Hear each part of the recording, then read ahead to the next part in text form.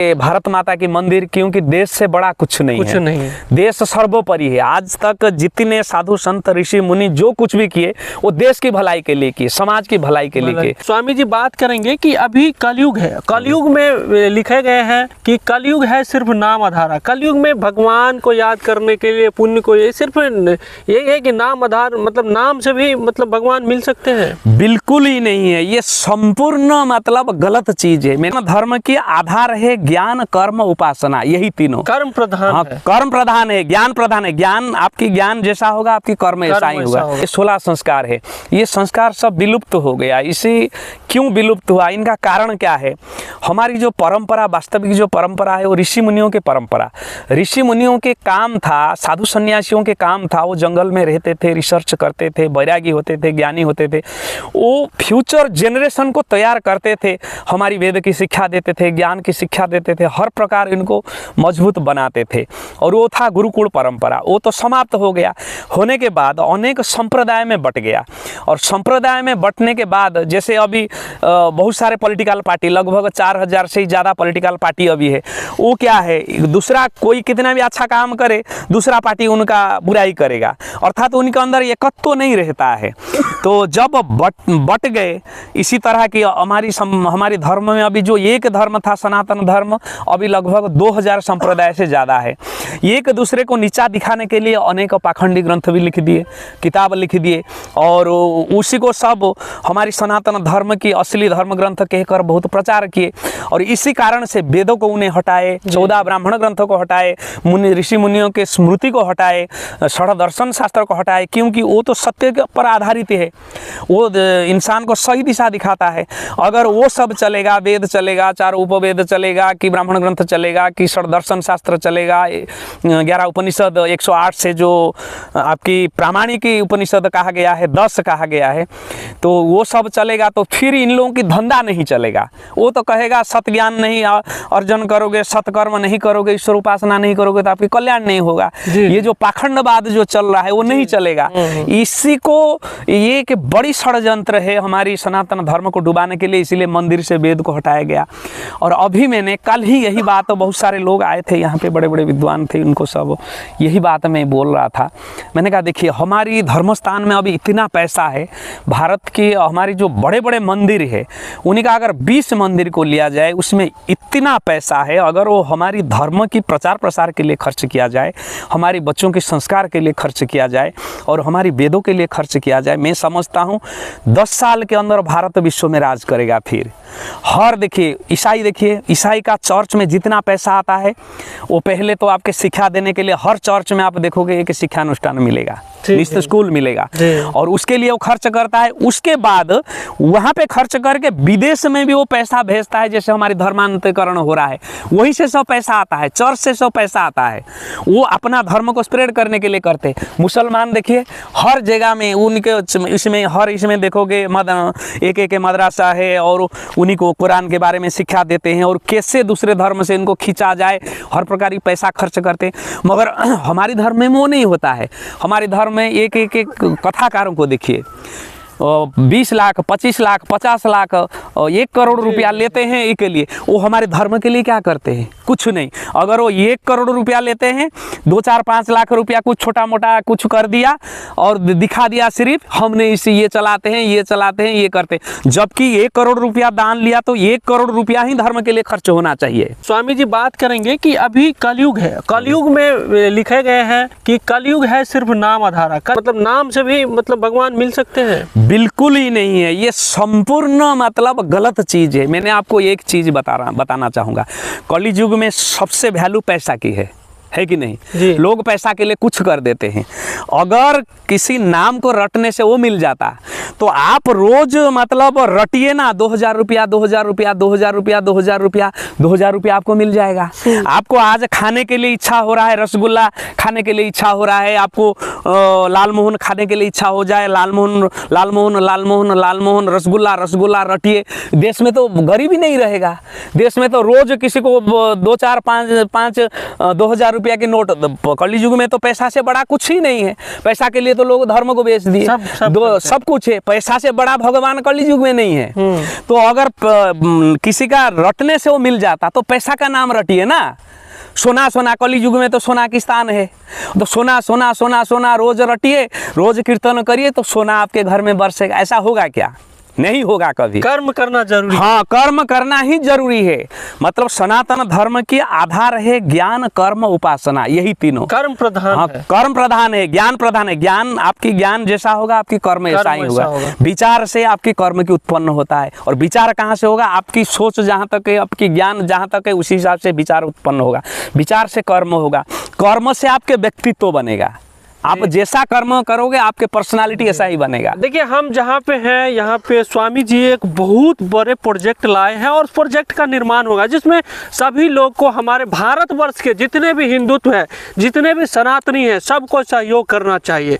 और बाबा जी का, स्वामी जी का बहुत बड़ा प्रोजेक्ट है, और आपके बच्चे के लिए प्रोजेक्ट है, आपके बच्चे के भविष्य के लिए प्रोजेक्ट है, और इस प्रोजेक्ट में सबको सहयोग करना है। स्वामी जी, हमें ये बताइए कि कहाँ आप क्या बनाना चाहते हैं? पहले तो दिखाएंगे। हाँ जी, ये वाला जो वहाँ से लेकर वो ट्यूबवेल से लेकर वहाँ तक अभी काम शुरू होगा। पहले के बड़ा गुरुकुल का निर्माण है। अच्छा। वो गुरुकुल कैसा होगा? ये नहीं है कि आजकल जो गुरुकुल चलता है 2 मंत्र सिखा दिए, पूजा पाठ के लिए हो गया, रटवा दिए और उसी को सही ढंग से पढ़ाने के, उच्चारण के लिए करते, वो नहीं है। यहाँ पे जो गुरुकुल बनेगा, बोथ वैदिक शिक्षा, चारों वेद की ज्ञान हो, उसके साथ एकेडमिक एजुकेशन इनको मिले। क्योंकि हमारी वेद यही, वेद माता यही कहती है, यजुर्वेद की 40तम अध्याय में कहा गया है, ओम विद्याम च यो वेद उभयम सह अविद्याम मृत्युम तीर्था विद्याम अमृतम अश्नुते। अर्थात विद्या और अविद्या दोनों को कहा गया। अविद्या कौन है? आपकी जो एकेडमिक एजुकेशन है, जो प्रकृतिगत ज्ञान है, उसको अविद्या कहा गया। विद्या किसको कहा गया? ईश्वरीय ज्ञान है। इसमें से अगर एक भी आपकी कमी होता है, आप कभी भी आपके कल्याण नहीं होगा। उससे पहला मंत्र में कहा है, अंधन्तमः प्रविश्यन्ति यो अविद्याम उपासते ततो भूय इव सः यो विद्यायां रताः। अर्थात जो सिर्फ प्रकृति को लेकर चलता है, आजकल जैसे इंजीनियरिंग, कोई इंजीनियर बनता है, कोई डॉक्टर बनता है, कोई ये खाली प्रकृतिगत विद्या को लेके, उन्हीं को जो ईश्वरीय ज्ञान जो होना चाहिए नहीं होता है। यूपीएससी के लिए प्रिपरेशन करता है, उसके बाद ट्रेनिंग, उसी में कहीं शिक्षा है? मुझे बताओ कि तुम जब एक अधिकारी बनोगे, पहला तुम्हारी कर्तव्य होना चाहिए तुम त्यागी बनना, तो जनसेवक बनना है, तुम परोपकारी बनना है। लोग कोई आते हैं तो अपना कोई समस्या लेकर उसको वापस नहीं करना है, ये शिक्षा दिया जाता है क्या? जो कि पहले जरूरी है, बहुत जरूरी है। और आपको एकेडमिक एजुकेशन ज़्यादा नहीं मिलेगा तो चलेगा, अगर आपके अंदर त्याग की भावना है, सेवा करने की भावना है, परोपकार की भावना है, लोगों के दर्द को समझने का भावना है, तो आप एक अच्छा एडमिनिस्ट्रेटर बन सकते, आप एक अच्छे प्रशासक बन सकते। अगर आपके पास सब कुछ है, एकेडमिक क्वालिफिकेशन है, आपके टॉपर है, सब कुछ है, आपके अंदर त्याग का भावना नहीं है, समाज के प्रति आपकी डेडिकेशन नहीं है, लोगों के प्रति आपकी जो परोपकार, जो मतलब महान धर्म कहा गया है, वो भावना ही नहीं, आपके अंदर फीलिंग्स ही नहीं है। दूसरा कोई आता है तो पहले वो पैसा देगा तो मैं इनका काम करूँगा, नहीं देगा तो नहीं करूँगा, ये फीलिंग से तो आप कभी भी एक अच्छा एडमिनिस्ट्रेटर नहीं बन सकते, कभी भी नहीं। अच्छा प्रशासक कौन होता है? जो लोगों की मतलब समस्या को सही ढंग से समाधान करता है, वही अच्छा प्रशासक है। ये नहीं कि बहुत कुछ जानकारी हो गया, बहुत कुछ डिग्री मिल गया और आपको एक पोस्ट मिल गया, आप बड़े प्रशासक हो गए, कभी नहीं हो सकता। अच्छा स्वामी जी, तो इसीलिए इनको जो बनाना चाहते हैं, इसमें दोनों तरह की चीज मिले, बहुत एकेडमिक मिले और चारों वेद का ज्ञान मिले, हमारी सनातन धर्मशास्त्र की ज्ञान मिले, ऋषि मुनियों के संस्कार मिले, वो आगे जाके किसी फील्ड में रहे, चाहे पढ़ाई समाप्त होने के बाद उनका डिसाइड होगा। वो अगर सन्यासी बनकर अपने साथ अपना धर्म का प्रचार किया तो ठीक है, नहीं तो नहीं, संसारी बनकर जाइए, आप नौकरी करिए, जो करिए। यहाँ से जो संस्कार मिलेगा उनको, ये किसी फील्ड में भी रहे, चाहे वो छोटा सा क्लर्क भी रहे, मगर वो संस्कार कभी नहीं भूलेगा, हमारी बात कभी नहीं भूलेगा। इनका मनुष्य और बुद्धिजीवियों के लिए सबसे बड़ी और महत्वपूर्ण चीज़ है संस्कार।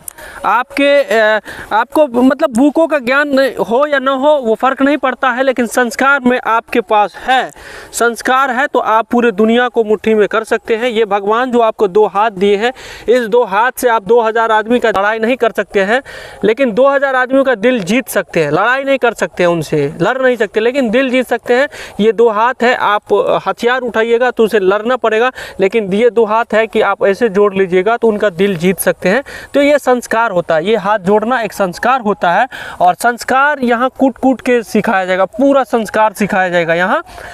स्वामी जी हम ये बताएंगे यहाँ गुरुकुल बनेगा, और क्या बनेगा? और ये बनेगा, और अनाथ बच्चों को सब रखने के लिए यहाँ की जो व्यवस्था रहेगा, ये नहीं है कि बच्चे जैसे आते हैं यहाँ पे संस्कार मिला फिर घर चले गए और वहाँ पे बिगड़ गया, वो नहीं। बच्चों को 4-5 साल से ले लिया, उनके लिए पूरा व्यवस्था अभी बना रहा हूँ, गौशाला है, सब है, वहाँ पे पूरा इनको ऑर्गेनिक खाद्य मिलेगा। अच्छा देखिए बाबा स्वामी जी ऑर्गेनिक द्वारा जो बनाए हैं, फसल लगाए हैं, कुछ कुछ दिखाएंगे, पूरा मतलब क्या कहा जाए, नेचुरल, इसमें कोई खाद बीज नहीं। आप देखिएगा गौ, ये गाय का ये बीन्स है, ये अररिया है, रहरिया है, वो भिंडी है, वो केसोर है, वो गाजर है, देखिए कितने हरे भरे आपको फसल दिखाएंगे हम लोग। आए हैं, ये देखिए नलकूप है एक छोटा सा, और देखिए इधर देखिए, ये देखिएगा आपको ये गाजर हमको लग रहा है स्वामी जी। हाँ, गाजर है, गाजर है, देखिए ये गाजर है, इतना नेचुरल है। ये खाने से आपकी हेल्थ जो है तंदुरुस्त रहेगा, पूरा फिटनेस आपका। ये वो मटर है, ये मटर है, वो केसर है, मतलब इसमें बैगन है, अच्छा, वहाँ पे गोभी है। अच्छा, पेड़ कौन कौन सा पेड़ है? सब कुछ है, आप पूरा मिलेगा। आप पहले देखिए, ये वो आता की मिलेगा, ये नींबू का ही है, ये नींबू का देखिए 8-10 गाछ है, अमरूद का 5-7 प्रकार के है, अमला लगभग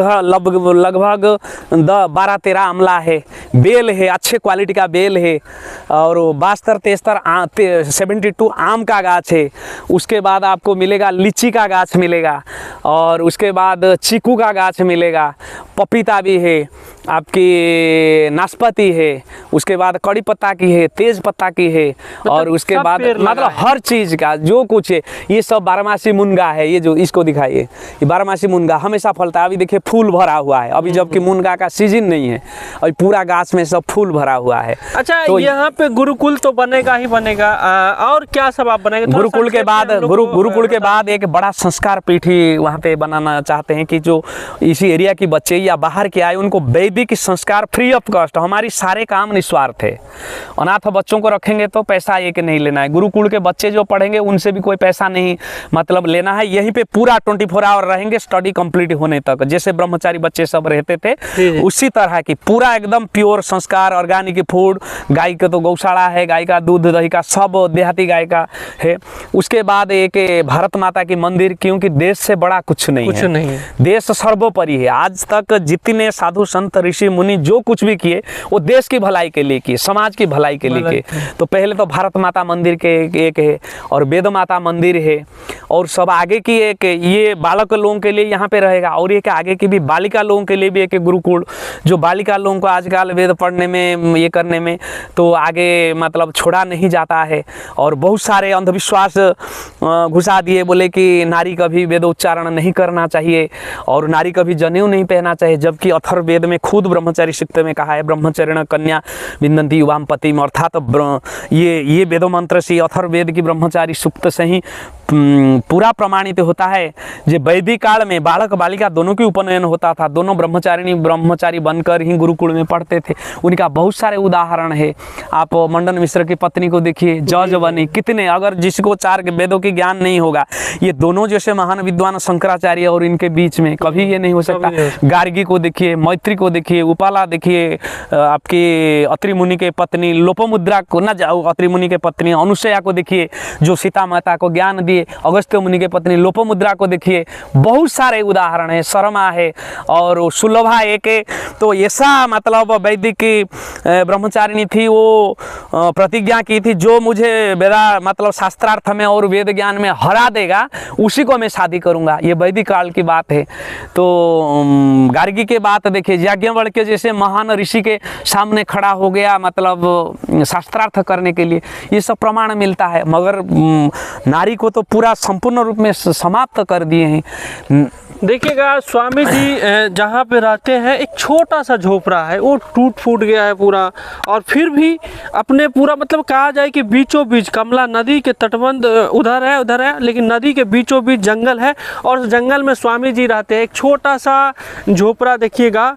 हम यहाँ के राजनेताओं से निवेदन करेंगे कम से कम थोड़ा सा भी अगर आप लोग को लज्जा और शर्म आए तो स्वामी जी जहाँ रहते हैं आप नहीं कुछ दे सकते हैं, नहीं कुछ कर सकते हैं, तो कम से कम एक बार ज़रूर आए और इस स्थान पे आना अनिवार्य है। आप लोग आइएगा और आ कर के कम से कम देखें कि यहाँ जो रहते हैं स्वामी जी इतने बड़े विद्वान आपके धरती पे, आपके गांव में, आपके शहर में रहते हैं, लेकिन आज तक नहीं आई। देखिए ये छोटा सा झोपड़ा है और वो भी झोपड़ा स्वामी जी का झोपड़ा पीछे से देखिएगा उड़ गया है। ये हमारे घर है। ये स्वामी जी इसमें रहते हैं, निवास करते हैं। देखिए झोपड़ा दिखाने का मेरा एक ही मकसद है यहाँ के नेताओं से कि बड़े बड़े वादा करते हैं, कम से कम आप तो कुछ कर नहीं पाते हैं, लेकिन अपने धर्म के, अगर हिंदू धर्म से है तो धर्म की रक्षा जरूर करें। जैसे चीज़ को बचाने के लिए स्वामी जी यहाँ संघर्ष जारी किए हैं और यहाँ जैसे ही गुरुकुल बनेगा तो आप लोग का बच्चा का जो भविष्य है एक सुनहरा और अच्छा होगा। इसीलिए स्वामी जी के साथ सब लोग सहयोग जरूर करिए। अभी के लिए इतना ही। जय हिंद, जय भारत।